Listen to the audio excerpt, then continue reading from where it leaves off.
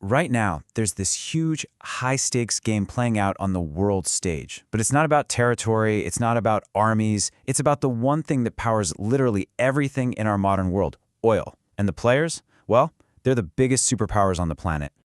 So does this mean we're on the edge of a new global war? Well, yes and no. It's not a war in the way you might think, with soldiers and tanks, but it's absolutely a conflict, and it's one that is completely reshuffling the deck of global power.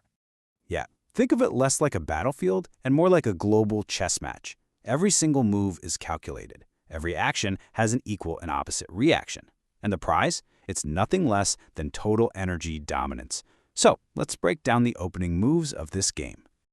And that first major move, that opening gambit, comes from the United States. And it's a really bold play, happening right in America's own backyard, Venezuela.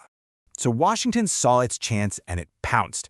After a huge political shift that led to the arrest of President Nicolas Maduro, the White House moved incredibly fast to announce a deal with Venezuela's new government. And the goal was crystal clear: get control over the country's absolutely massive oil reserves. And the sheer scale of this move? It's just staggering. We're talking about a deal worth around $11 billion, announced by President Trump himself. That's how much Venezuelan oil is now set to flow directly to American refineries. So what was the grand strategy here? What was the whole point? It was a direct shot at China, plain and simple.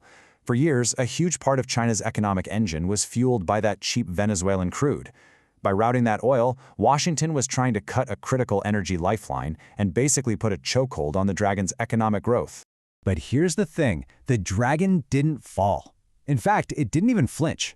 Instead, China came back with a countermove so fast and so powerful, it left Washington and a lot of its allies pretty much reeling. Okay, so you'd think, with its main oil taps suddenly shut off, China would be in some serious trouble, right? Scrambling to keep the lights on? Well, not exactly. And this is what's truly amazing. The foresight China had. Data from the analytics firm Kepler shows they were totally prepared. They had already built up this massive floating stockpile of Venezuelan oil. We're talking enough to last for 75 days without a single new drop. And that gave them this crucial window of time to make their next move. So what was their secret weapon? How'd they pull this off so fast? It all comes down to a network of these so-called teapot refineries. Now, forget what you know about giant state-owned oil companies.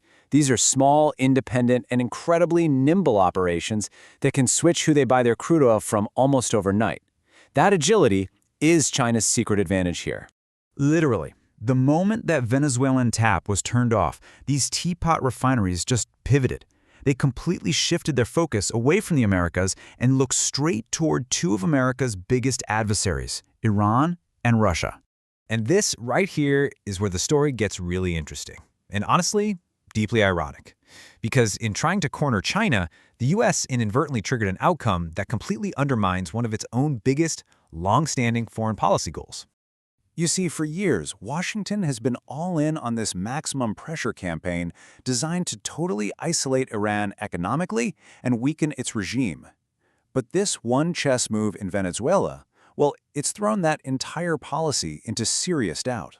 So here's the bottom line, the really crucial part. All those billions of dollars that China used to send to Venezuela, now they're being piped directly into Iran's treasury. This isn't just a small boost, it's a vital lifeline for Iran's economy. It strengthens them against U.S. sanctions, it boosts their power in the region, and it creates this long-term strategic alliance that has allies like Israel, well, deeply concerned. So after all these moves and counter-moves, we're not left with a clear winner. Not at all. Instead, the entire board has been completely reset. America made a powerful opening move for sure, but China's counterplay means we are now locked in a brand new, very tense geopolitical stalemate. And if you dig a little deeper, you can see exactly why this pivot to Iran was such a brilliant move for China. I mean, sure, other options were on the table, like cheap Canadian oil or supplies from Brazil and Iraq, but Iranian crude just hits the sweet spot. Its chemical makeup is perfect for those nimble teapot refineries, the price is right, and of course the geopolitical fit is, well, it's a perfect match. It's a partnership that just makes sense on every single level. It's like one analyst put it, and this really hits the nail on the head. The U.S. won a front in Venezuela, but China has leveled the game by partnering with Iran. America might have won a battle, but by pushing China into this new strategic alliance, the whole game is basically a tie again.